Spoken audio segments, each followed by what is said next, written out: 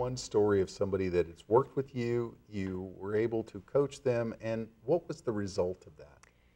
Okay, so I actually was coaching a woman who, a young woman starting out in sales, and she was very nervous, and she was, her whole persona she thought was the way she looked, which is true with most young women.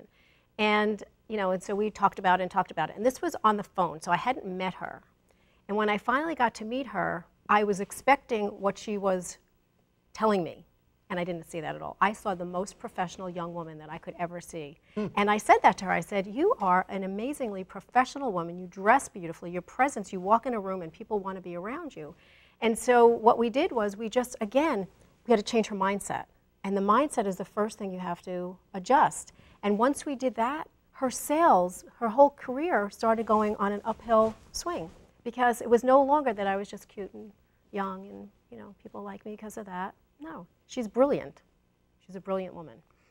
I so agree with that, because what happens is that when somebody finally accepts the truth, the chains snap, and they can breathe again.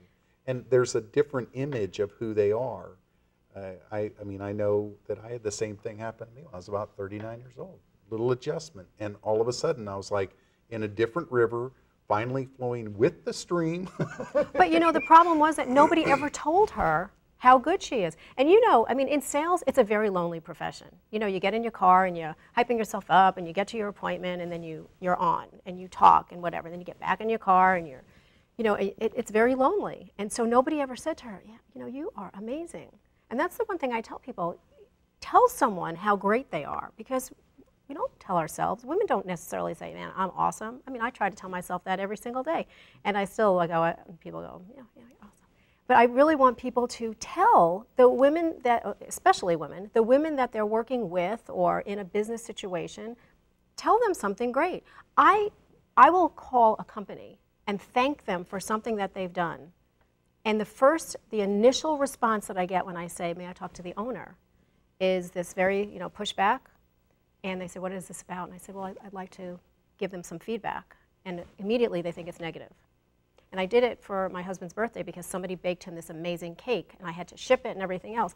And I called and I spoke to the owner, and he said, what's the problem? And I said, I just wanted to thank you. It was the most amazing thing I've ever seen. And you could hear him take a deep breath and go, really? Because nobody ever tells me that.